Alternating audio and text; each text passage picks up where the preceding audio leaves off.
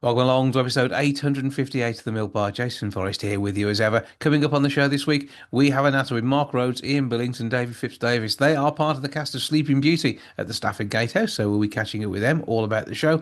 We're also meeting three of the cast of The Wizard of Oz. It is on at the Walsall Arena and well worth getting along to too.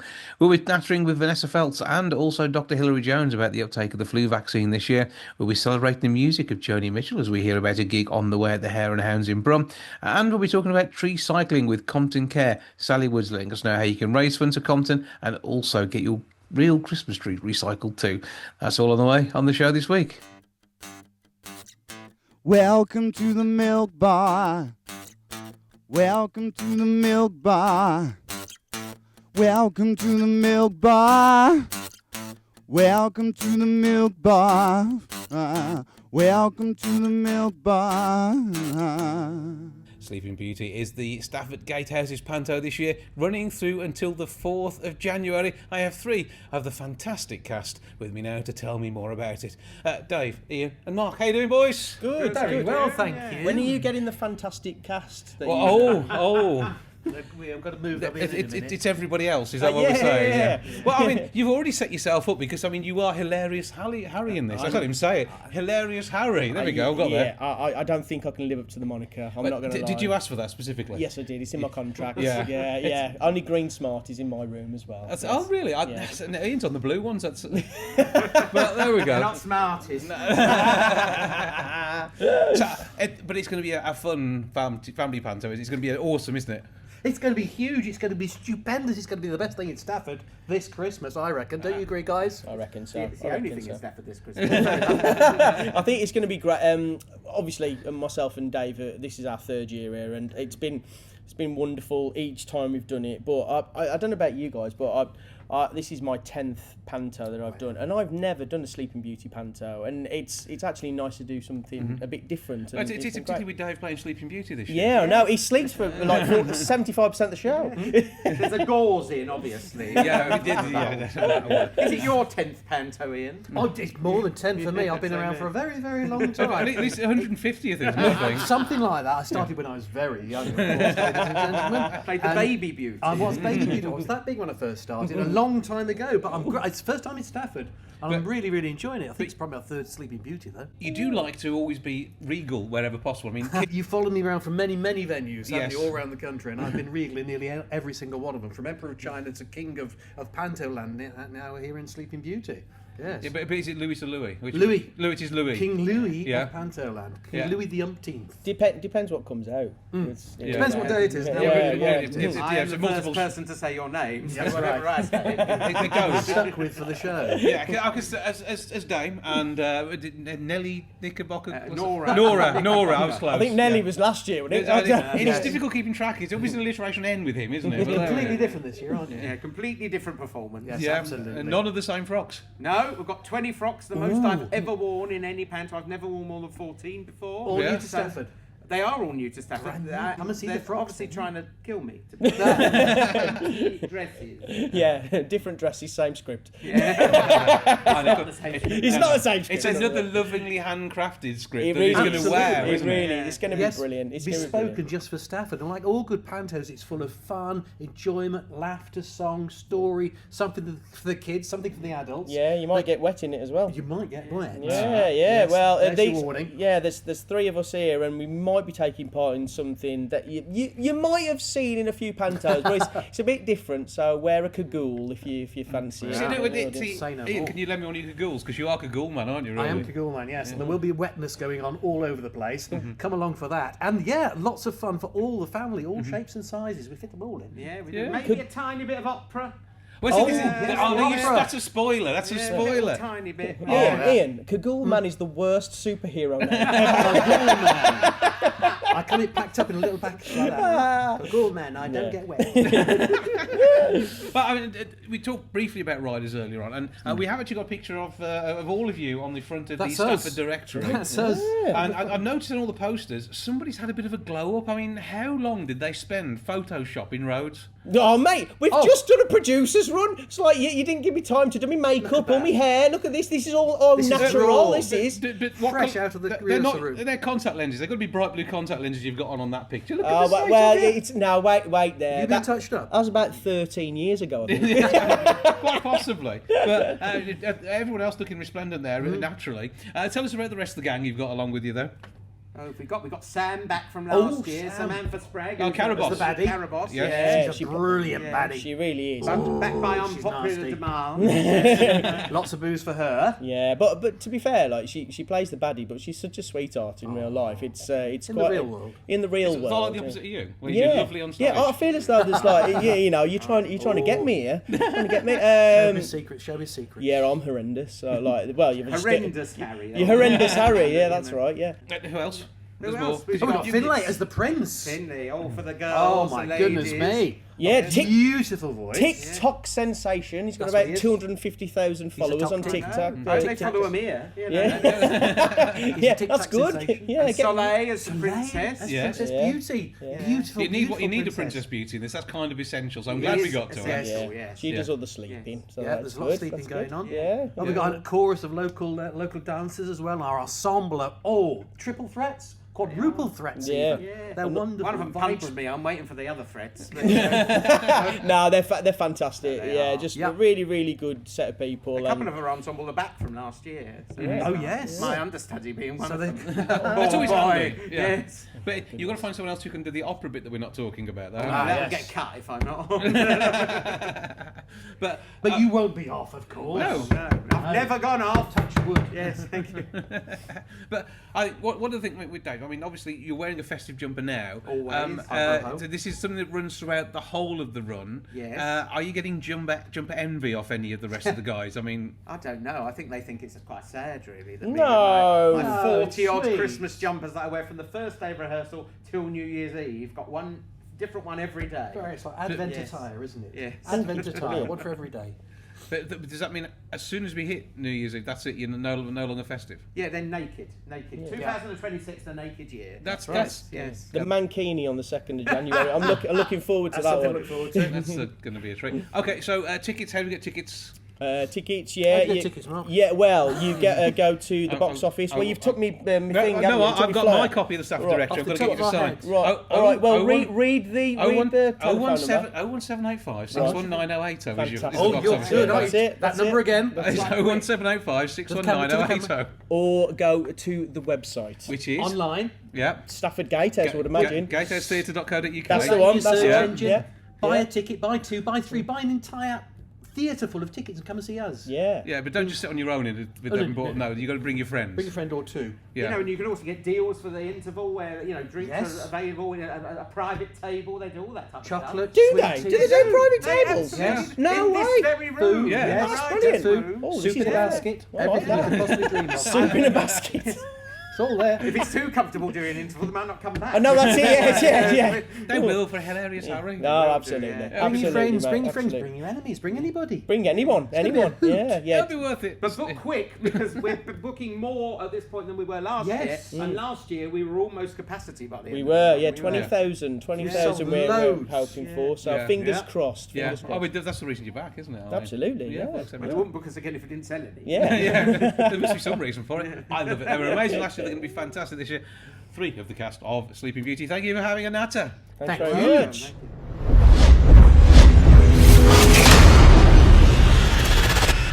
Now, when it comes to flu vaccination uptake, it seems that Gen Z and the millennials are doing their bit. However, others may not be joining in quite how they should do. To tell us more, I'm joined now by Vanessa Feltz and Dr. Hilary Jones. Hello, both. Yeah, Hello. So, first of all, Dr. Hilary, you will be wanting to check whether I have now had my flu vaccination after our last conversation, and I've done as I'm told. I have had mine. I had it done yesterday. So, I'm part of the good guys this time round. Good boy. Approval, which is what we want. And Vanessa, as far as this campaign goes, I mean, how do you sit on this one? Are you eligible for a free vaccine? No, I'm not. I may look as if I'm over 65, but I'm not. I'm 63. So, no, I'm not eligible. But I went to get one a few weeks ago. I paid for it. It cost me just under £20. And it buys me considerable peace of mind. It really does. And so I reckon it's an excellent investment in my health and also the health of anybody that I might come into contact with this winter. Absolutely. I mean, that is part of the important thing, isn't it? It's making sure we don't pass anything nasty on to others. Because even if we are not personally badly affected by flu, and if you have the flu, you tend to know about it, it is something to ensure that we are kept that little bit safer. And Hilary, how are the figures looking then? Yeah, absolutely. So we've got an early flu season this winter already. So we've got some admissions to hospital and some serious illnesses. Last year was pretty moderate by comparison. But if we look at what's happened in the Southern Hemisphere during their winter, they've had the worst flu season on record in Australia. So because of that, we really need to be vigilant. What tends to happen there follows here in our winter. And as I say, we've already had a spike in admissions. So this early flu season is a worry. The vaccination will give the best protection available to help us avoid the flu altogether, or if we should come down with it, unfortunately, it will at least mitigate some of the worst symptoms in most instances. It can be very serious. Complications can occur, such as middle ear infections, pneumonias, sepsis. Vanessa's own daughter was really ill. It makes sense, particularly for people looking after the most vulnerable, to be vaccinated, and a quarter of carers are yet to be vaccinated, thinking perhaps that they don't need it particularly. But they have the responsibilities for vulnerable people, and they can pass it on to them unless they're very careful. It's impossible not to. So those eligible people for a free vaccine should get it done. And people like Vanessa, who's paid privately because they know how important it is, can just go to the pharmacy and get it done within a matter of minutes.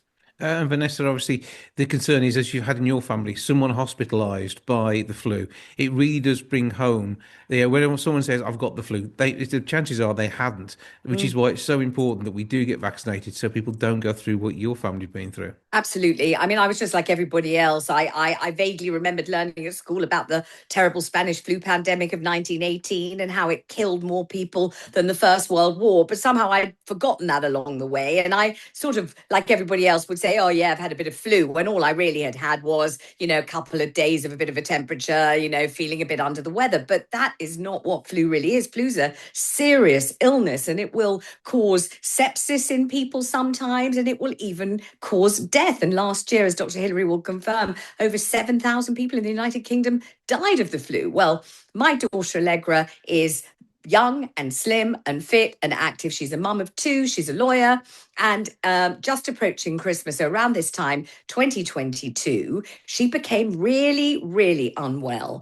And I think we all just thought, well, it'll be the sort of unwell where you take paracetamol every 4 hours for a couple of days and then you start to get better. But that isn't what happened. She got sicker and sicker, more and more and more ill, depleted energy, unable to raise her head from the pillow, bathed in sweat, freezing cold, unable to keep even water down. In the end, she was so very ill that she couldn't be managed at home and had to be taken into hospital.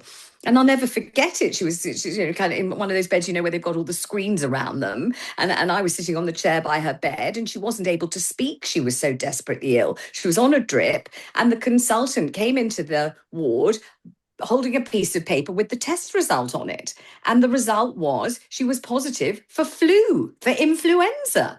And he said, your daughter has flu. There's our diagnosis there. And I said, but she's had the jab. She's had the jab, doctor. And he said, yes, but think how much worse it would be if she hadn't.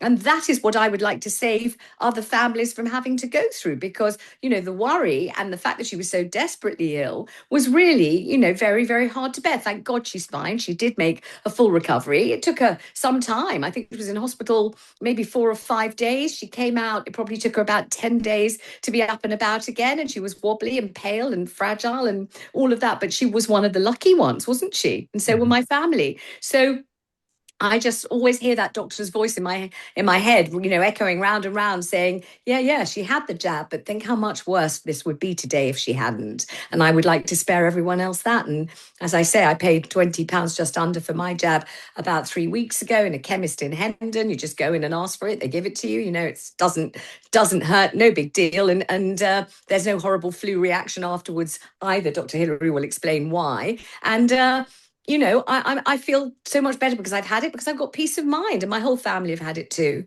Yeah, so yeah, there are different varieties of flu every year. I mean, each year the flu changes, which is why we have to have a new vaccine. And even then, it is about the most prevalent type of virus that's lurking around at that time, isn't it, Hilary? That's right. So we have a global surveillance response for these viruses because they change their antigenicity and their virulence. So the proteins on the surface of these viruses can shift and drift, mutations occur, and that allows them to escape our immune system. So the viruses that were around last year are different to the ones circulating this year. The one circulating this year has a higher infectious rate. The rate is 1.4, which means that for every 100 people infected, they can infect another 140 people. So it is more transmissible, a bit more infectious, even more reason to think about vaccination as soon as possible.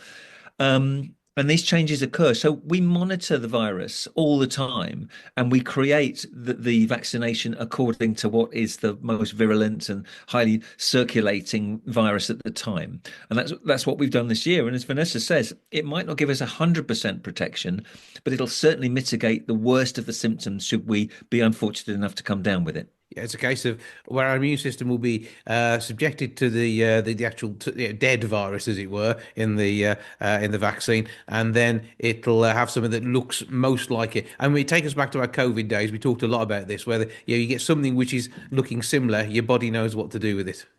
Yeah, that's right. And people still have this myth in their head that having the flu jab will make you ill. It can't. It's a killed virus, as you've just said, Jason. It can't make you ill. It's not possible. What it can do is cause a slight reaction at the injection site, which is actually a really good thing. It means that your immune system is responding to the stimulus so that if the real virus comes along, the live one, you'll respond in a very positive way. Your immune system will be tickled up and ready to go. That's the way we want it, and be ready for the winter season when these things are obviously most prevalent. Vanessa's already said she nipped to a local chemist to pick it up. That's nice and easy. People can go along if they're eligible. Reminders to the eligibility, Hilary. Okay, so pregnant women are very vulnerable, so they're eligible. Children aged 2 to 3, who were 2 to 3 on the 31st of August this year. Primary school children, secondary school children up to the age of 11, and then everybody, of course, at clinical risk from the age of 6 months right through to 18. So those are the kids. And then adults over 65. Anyone who's got a immunocompromised immune system, so people on chemotherapy, for example, or people who are otherwise ill with existing conditions. Carers, of course. Carers should only not just think about themselves, but they need to protect the people they're responsible for. So carers, frontline workers, all of these people living in residential care homes, they're all eligible for a free jab under the NHS. And everybody else who wants to protect themselves can pay for a jab by just going along to the pharmacy and asking for one. Yeah, mine was £14.97, Vanessa. I've had a better deal than you. Oh, you got a bargain. Absolutely. So, but it actually could be a life-saving bargain, couldn't it? Exactly. Not just yours, but other people's too. So it's a well worthwhile investment as far as I'm concerned. Well, fingers crossed we all remain flu-free this season. Obviously, more details by having a check with your GP, but actually your pharmacist is the starting point, isn't it, for this one? So they are for many things. Pharmacy first is a wonderful way of making sure you get what you need. But if you've got any concerns, you can direct them there. And as I say, hopefully flu-free. And to you both, I will now wish you a very Merry Christmas because you're not far off from that one either. Merry Christmas to you, Jason. Yeah. Walsall Arena are once again going to be wowing audiences with their pantomime this year, and it is at the wonderful Wizard of Oz. To tell us more about it, I have 3 of the cast. I'm sort of keeping you suspense at the moment to try and work out which ones they are. Say hello and your name, and then we'll see if the audience can guess. Okay, I am Darren. Right. I'm Nicola. And I'm Matthew. Okay, so Darren, you enjoy your time as a dame very often. Yes. So what does the Wizard of Oz bring for you? Wizard of Oz for me, it's a show I've wanted to do since I was little. I've been obsessed with it. But being Dorothy must be different. No, you're not Dorothy, are you? I'm not Dorothy. But I'll tell you what's interesting. I really, really, really wanted to be the lion. When I was little, I was obsessed with that character. And if I'd had a choice all through my life, I would have gone, yeah, I'm absolutely playing the lion. But that's not what has happened at all. Like something completely different has happened, yeah. So who are you? I'm playing Glinda. Now, I think that's got its own magic, hasn't it? Yeah, I mean, she's great. I mean, obviously in the film, she's got a sweet, good witch. I mean, very, very sweet and everything. But That's just your nature. it is a bit of my nature. But of course, since then, we have had the wonderful Ariana Grande in Wicked, who's added a lot of comedy to Glinda. And so I've got a bit of that in. But you were always going to bring comedy anyway. I was going to bring and also there's a lot of panto dame in her as well. So you're going to get everything thrown at my Glinda, if you like. Okay, well, we're expecting a nice, bright, shiny Glinda, so that's good. Yes. I'm going to just spoil us now because you are Dorothy, aren't you? I am, yes. Yeah, I am. And get another role that you've probably wanted to do forever. Yeah, Done absolutely. it before? No. Your never first before. time out as Dorothy. Yes, and thankfully, because just the way it tends to be with pantos, that kind of princessy role, which is Dorothy for these purposes, it's quite true to Dorothy as a character, as she is in the film, and that's a total dream, and that's exactly what I wanted to bring to it.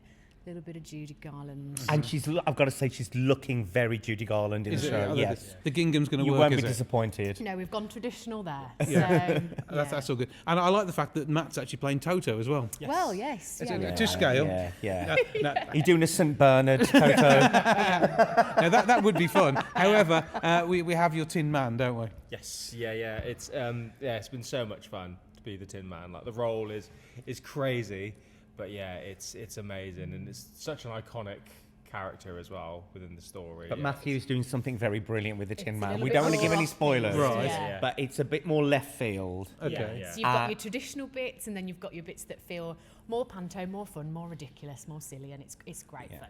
You're not having recycled halfway through the second act, are you? Maybe. I mean, Well, maybe. if it was in Birmingham, we wouldn't get collected. Fortunately, Walsall doesn't have these problems. That is all good. But yeah, it's amazing. It's great, and there's a lot of rock and roll throughout the show as well. You know, which is just awesome. So yeah, It's a Songs heavy are metal Tin Man. Well, see, that's good, I think. Yeah. Yes, it's more lead than tin, is that what we're saying? I think what we're trying to say is basically you are going to get a lot of traditional Wizard of Oz in there, which is lovely, which I think people will want. But also it's going to be Walsall arena'd. So it's going to be a lot of crazy, a lot of fun, a lot of things that you wouldn't expect to see in the Wizard of Oz. No. But I think, and I'm not just saying this, but I think this is going to be a great show. I think the audience is going to love it. Well, we know that from past experience, your audiences love it. Yeah, they we do. know that tickets are selling fast. And if you want to get in there, it is the start of the run you want to go for. So somewhere around the 6th of December, over those first week or so, that's when you want to get in. Because the last weekend is sold out completely. Fully gone, Yeah. fully Yeah. gone. So you've got to get in there because this is well worth a watch. What else are you going to do to tell me now that will sell this to the audiences? Because is Toto a real dog?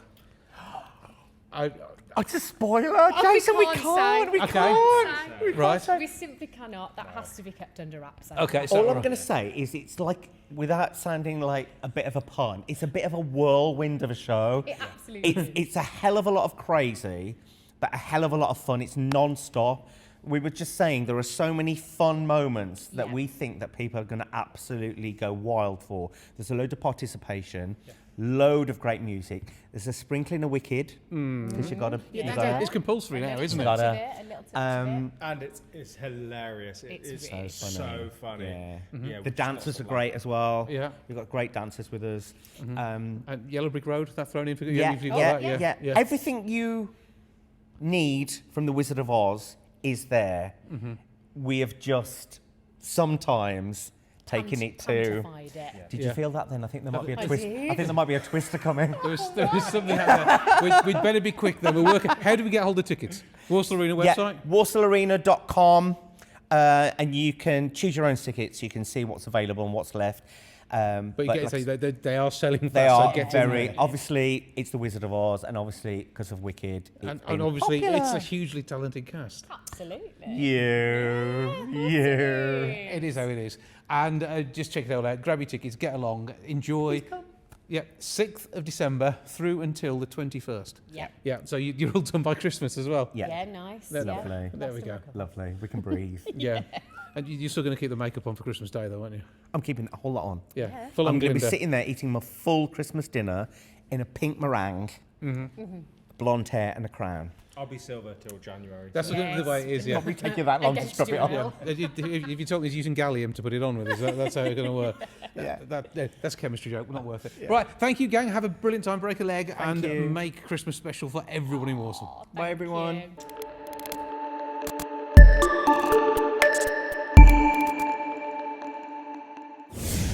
Now, Christmas hasn't even started properly yet, but we need to think about recycling the Christmas tree that is going to be lurking in our homes for around a month or so. Somebody who's going to be able to tell us how we can do that and raise funds for Compton Care at the same time is their very own Sally Woods, who's with me now. How you doing? Hello, Jason. I'm well, thank you. Hope you are as well. Just about getting by, thank you. And it's always good to see you. Now, there's an opportunity here to recycle those real Christmas trees, and they'll be turned into something good for the planet all at the same time. Indeed, yes. So we are joining forces once again with Just Helping and with Wolverhampton City Council, and we will come out after you are fed up of your Christmas tree in early January and collect it from your front garden or outside your home. And with the support of some local tree surgeons and businesses, we will turn your Christmas tree into biofuel, which is then used by local farmers and zoos and parks, and it is repurposed, so there is no waste, nothing going into landfill, and at the same time, through your donations, you'll be raising funds for Compton. Yep, well, that sounds fantastic. Tree collections are taking place between the 9th and the 12th of January. And so this is after 12th night, so you can't get fed up of it too quickly. And obviously, it can go outside and wait to be collected as well. That's obviously a thing. But obviously, it is a good way of recycling a tree. It's just basically a carbon cycle which just moves things around. And it's like raising funds for Compton at the same time is really good. So what are the costs to be part of this one? So we don't have a fixed fee to come out and collect your tree. We do ask people to make a donation when they book their tree in on the website, and we ask people to give what they can afford. And because we are supported so generously by the council and by local businesses, we have really minimal costs for this campaign. So people can be assured that every penny that they donate to have their tree collected will go towards the care of our patients and our families. Which is what we're thinking about all the time, particularly at Christmas. And having in the past been able to go along and meet a few of the people there over the Christmas period, it's been just a joy to meet some of the people who are part of the Compton family for various reasons. It's not all about hospice care. That's a big part of it. But there's so much that you do that helps people live life. And Christmas is about living life. So what a great way of linking the two together. Indeed, indeed. We'll be looking after patients here in Compton Hall all over Christmas, but equally our home care staff will be going out to people's homes so that patients and families can have the best possible Christmas. And we can only do that because our wonderful communities support us so generously. And fingers crossed they will do again with Treecycling this year. WV postcodes are included, as are DY3, WS2, 3, 6 and 10. And so it's real Christmas trees only, no plastic ones. They can't be turned into biofuel, unfortunately. They can go back into your loft for next year. The rest of it, it's just going to be however tall it is. There's not a limit on size, is there? Absolutely not. We can collect your tree as tall as it is. If you have 2 or 3 or even more trees, we will collect all of them. We just need them all to be booked in on the website so that our lovely volunteers, collectors know that when they come to your house, they're picking up 1 tree or 2 trees or however many it may be. And with 1,100 trees collected last year and £22,000 raised, it's absolutely brilliant, isn't it? And if we can beat that target this year, that'd be good too. Yeah, that is the aim this year, because we have more volunteers this year that are going out and collecting for us across the 4 days. We're very confident we can collect as many trees as are booked in, and we're looking to collect more than we did last year. Sounds absolutely fantastic. How do people book their trees in? Go to our website, which is obviously www.comptoncare.org.uk, and search Treecycling, and you will be redirected to the bookings page. Your orders will come through to us, you will be booked in, and your address will be then picked up from during the 9th to the 12th of January. So you're just going to be ready and make sure that Christmas tree is outside. There'll be an email reminder as well, I'm going to guess? There will be email reminders to people to make sure the tree's out on the first day of the collection. Can't guarantee when it will be picked up, but it will be collected. Yeah, so that's all done in the most environmentally friendly route possible to make sure it all works well. Absolutely. Get in early, make sure the planning gets done, and get your tree sorted. Now, there's another amazing fundraising opportunity for Compton Care. This all takes place on the 7th of December, and it's a chance to light up a life. Yeah, Light Up Alive will take place, as you say, on the 7th of December here at Compton Hall, and is a wonderful opportunity for families, friends, carers, loved ones to gather together around the tree on the garden and to remember and to celebrate their loved ones. Now, making a donation at this one isn't compulsory, but I think most people who come along will want to, won't they? Most people do want to make a donation to make sure that we can look after patients and families, as we will have looked after the people who attend the event, looked after their families as well. And again, all of the donations that come in will go towards patient care and to make sure our patients and families have the best Christmas that they can have. Now, this all takes place between 12:30 and 2:30, Sunday the 7th of December, and this is going to bring a glorious light show to the grounds as well, I take it. Indeed. So there will be lots of different activities happening during the afternoon. So people will have the opportunity to take part in the remembrance ceremony, which will happen around about 1:30. There's a reflection room. There will be seasonal activities and refreshments. And of course, Compton staff will be on hand to answer any questions and to support in any way. Yeah, it's a chance to meet the clinical care team and also the bereavement support teams as well. And even if it's just to say thank you for the support that you had, they'd be great. They would love to see you as much as, to know what difference they've made in your life.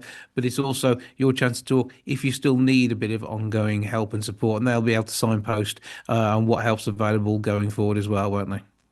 Yes, yeah, those members of staff will be there, and the fundraising team are always there. And it's great for us to meet the people that do fundraising for us throughout the year and to hear their stories. And it's a lovely, warm event. It's very inclusive. It's open to anybody and everybody who has lost somebody at some point and has had a journey with Compton Care. One to wrap up warm for, though. Absolutely. It will take place outside. Last year, because of Storm Dara, unfortunately, we had to cancel it at the last minute because the weather was horrendous. It will go ahead this year, barring a similar event, but it does all happen outside. So warm, comfy footwear and plenty of layers.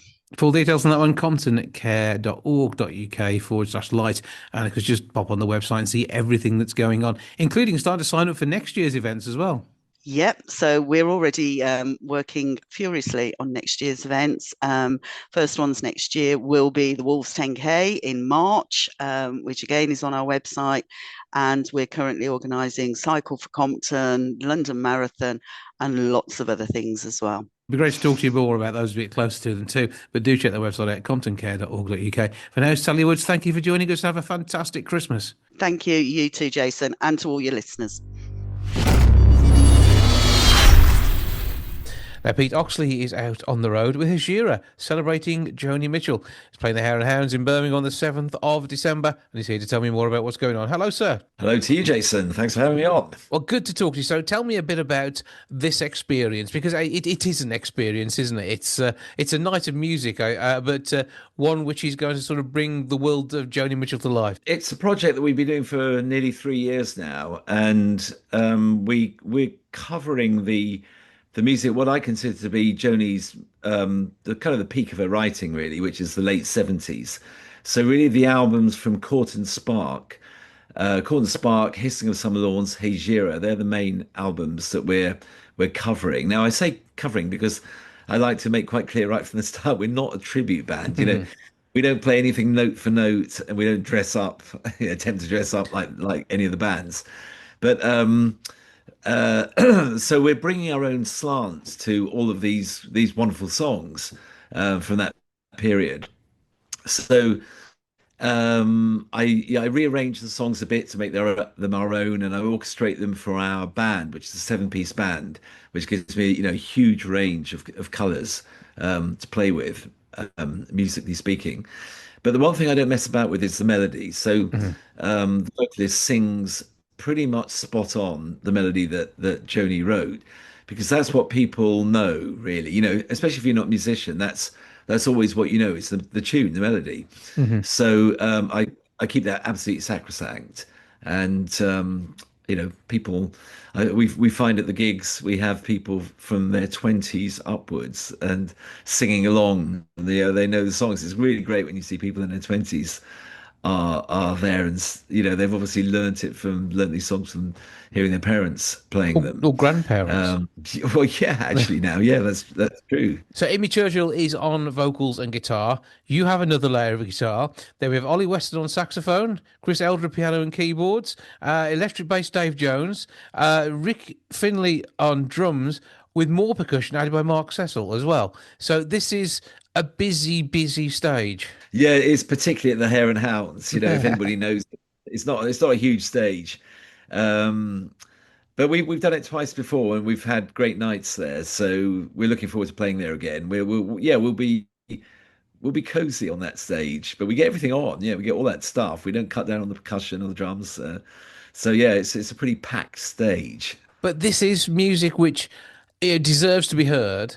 And I think I love the fact that it's almost but not quite your take on it. It's got its own life aside from Joni's time too. So I think that it's something special, this, isn't it? Well, thanks for observing that. Yeah, it is. We're all effectively coming from a jazz background, so we're all kind of improvising musicians.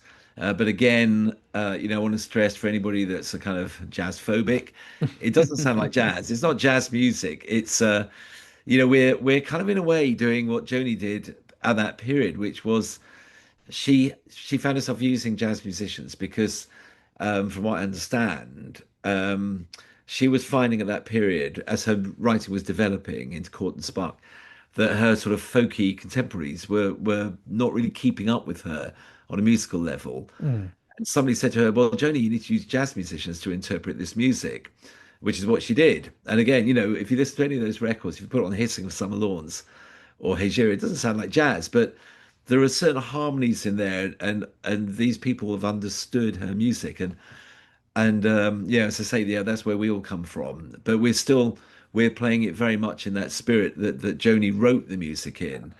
But yeah, to put our own stamp on it, I've rearranged it a little bit, more orchestrated it than rearranged it, but sometimes I've reharmonized little bits and pieces. But as long as the melody is constant with the original, it allows me that space to do that. And this has become a bit of a sporadic tour up and down the country over the last few months. Hare and Hounds in Brum being the last of them. What, pre-Christmas? Is that your chill out time before, and then time to wrap the presents? Yeah, it is. That's become a bit of a standard, actually, that we the last 3 years this will be our third year running, that we finish at the Hare and Hounds for the year, and then we don't start again until March. And every year now we've been starting at the Jazz Cafe in Camden, which is an excellent venue to kick off the year with. And the way we've been working, particularly these last 2 years, and we've been doing sort of 40 to 50 gigs a year, is that we work in batches. We will go off for sort of 5 or 6 days, come back, stay, do other things for 10 days, 2 weeks, or whatever, and then go off again and do another trip. And that way everybody's kind of fresh, as opposed to doing sort of a 30 dates tour, when people can get a bit jaded with it after 15 dates or whatever. It's everybody's always up for it again when we're back on the road. Well, I love the fact that you've actually got live at the cockpit, the album Hajira as well. So this is a chance for people to experience it. But I'm going to guess you probably also mix the set list up a little bit, don't you, when you're out on the road? Yeah, we do. I mean, we've got too many songs to play in a gig, so and we're always developing it. So for the people that do come back time and time again, they'll hear new stuff in our set list, and it's really nice to see that there are people. When I'm at the merch desk, I have people coming up saying, "I've already seen you 4 times." I go, wow, okay, great. Well, thanks for hanging in there. So, it's that keeps us on our toes and not getting complacent and just playing the same old set list, time and time again. Although one of the things we find is really hard to know what to drop, because they're just so great, all of those songs, and there are some on on that Live at the Cockpit album that we're not doing anymore. But we've brought back actually some of the tunes because we moved on, did some other things, and so he said, I really miss playing Woodstock. And that actually, funny enough, just I mentioned that off the top of my head, but that is one that always went down really well. So I think the last 2 gigs we played that one again. Depends whether you feel like it. It depends whether the moment feels right, or it depends whether it literally comes out the hat in the dressing room whilst you're trying to choose what to play. Not quite that random, really, because it's quite complex. You're curated. You are definitely curated. Well, I am the curator. Yeah, I am. But one of the things is that Imi in this case, and Hattie, if it's Hattie, mostly it's Hattie doing the gigs, uses several tunings on the guitar. So we also have to program it so that they bring 3 or 4 guitars with them on the gigs, but that's not enough for the amount of tunings that they go through in one gig. So there has to be a moment where they can go off stage and we do one instrumental in each set and retune a couple of the guitars for the next songs. So it's not, we can't just go, oh, what do we fancy playing kind of on, when we're on stage or even just before. It has to be all quite planned. And also, we think about the program. So the program is really shaped from one end of the set to the next, and then on to the second set. So the whole thing it's got to be an experience for our audiences. Well, it sounds absolutely phenomenal. Hare and Hounds in Birmingham is where it's all taking place, the 7th of December. And I can see why you take the winter off, because guitar tuning in the colder months is a nightmare. So there's got to be good reasons, method behind all of the logic here. Where do people go to grab tickets? I think to the Hare and Hounds. If they go to their website, there will most certainly be a link to our gig. And do you do the socials as well? Yeah, we do. Yeah, we're on Instagram and Facebook, and I think our handle is Hejira Celebrating Joni. It is all one word. That'll do the job on both of those. So give it a try, check it out, find out more. It's going to be an absolutely fantastic one. Say 7th of December at the Hare and Hounds in Birmingham. Absolutely, you have to be there. Whether you love the music of Joni Mitchell yet, or whether you're going to be a new convert, it's going to be well worth nipping along. Pete Oxley from Hejira, thank you for joining us. Jason, thanks ever so much for having me along.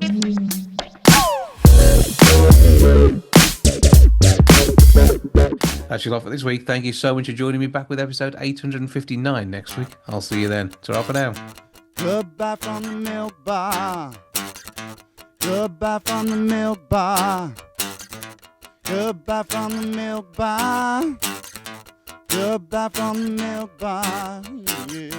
Goodbye from the milk bar. Yeah.